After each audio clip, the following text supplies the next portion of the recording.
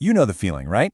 We've all been there. You have a customer who seems super interested, they're asking all the right questions, and then, poof, they're gone, right before the finish line. So what is going on there?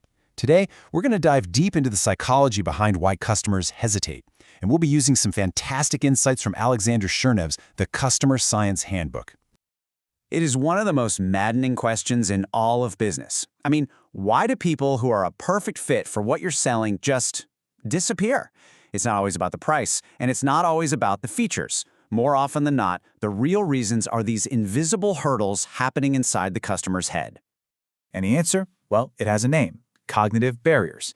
The best way to think about them is like three invisible walls of uncertainty that can pop up and stop a customer dead in their tracks. We're going to break down each and every one of them. Uncertainty about performance, uncertainty about their own preferences, and uncertainty about the choice itself.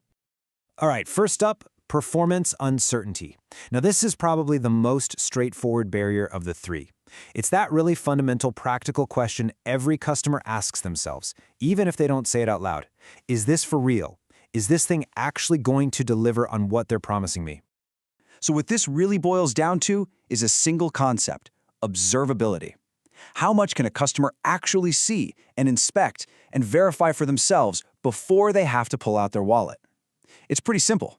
The less they can observe up front, the higher their uncertainty gets, and the bigger and stronger this barrier becomes. Okay, now this table here is really interesting because it breaks this all down. You've got search attributes. Those are the easy ones, right? The color of a shirt, the size of a TV screen, you can see it right there. Then you have experience attributes. These are a little trickier, like how a meal tastes or how comfortable a mattress really is. You gotta try it to know. But then you have credence attributes. These are the toughest. Think about the long-term safety rating of a car, or whether your vitamins are really working. Their value is based almost entirely on trust. So how do you fight this? How do you knock down this wall? Well, for those experience attributes, you let people try before they buy. We're talking free trials, samples, demos, you name it. For credence attributes, it is all about trust. This is where having a strong brand, offering guarantees, and solid warranties becomes absolutely critical. And for both, you can use the power of social proof, real stories from real customers, to make all those invisible benefits feel tangible and, well, real. Okay, let's move on to our second barrier: preference uncertainty. This one is way more personal. It's not about whether your product works. It's about whether the customer is still going to want it or need it a year from now. It's a deep internal doubt about their own desires over time. And a lot of this uncertainty is caused by a fascinating psychological quirk called the focusing illusion. What happens is, at that moment of decision, we get totally laser-focused on all the amazing benefits, and we convince ourselves that this one purchase is going to fundamentally change our lives for the better. We way overestimate its importance. The classic timeshare pitch is just a perfect example of this in action. Picture it. You're on vacation, you're relaxed, you're happy, and someone presents you with this incredible vision of a guaranteed, perfect getaway spot year after year after year. The focusing illusion totally kicks in, and all you can see are those blissful future vacations. But then, what happens later? Once the ink is dry, our focus shifts. The initial excitement starts to fade, and suddenly all those costs that were easy to ignore, the annual fees, the hassle of planning, what other trips you're giving up, they all start to feel much, much heavier.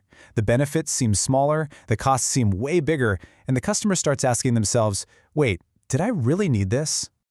And that feeling leads us perfectly into our third and final barrier: choice uncertainty. Now, this one usually kicks in after the decision has already been made.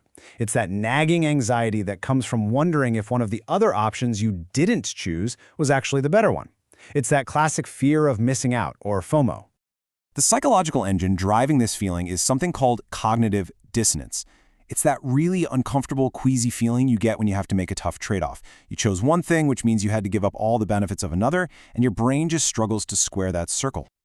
And this example just perfectly illustrates that internal battle. So, you bought the practical SUV. It's safe, it's got room for everybody, it's the logical choice. But there's a part of your brain that is still thinking about that slick, sporty convertible you test drove. That conflict, right there, between the practical belief and that lingering regret, that is cognitive dissonance in action.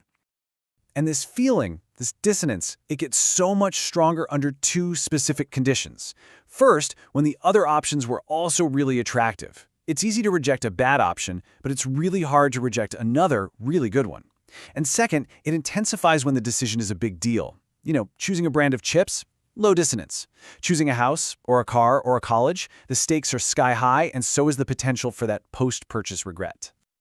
So, what do we do with all this? It might sound like you're navigating a minefield of customer psychology, but here is the big mental shift I want you to make. Every single one of these cognitive barriers is actually an opportunity. It is your chance to step in, address that specific doubt head-on, and build a real foundation of trust. Let's just put it all together in a quick recap. If your customer's doubt is, will it work? You've got to offer them concrete proof. If their doubt is, do I really need this? Your job is to move beyond the initial hype and really reinforce the long-term value. And if their doubt is, did I choose the right one? Well, your job isn't over when they buy. You need to follow up with reassurance, validate their decision, and just remind them why they made a fantastic choice. So I'm going to leave you with this question to really think about for your own business. When your customers hesitate, when they get that cold feet feeling, which of these 3 doubts is most likely the one at play? Because understanding that is the absolute first step to turning their uncertainty into your next most loyal customer.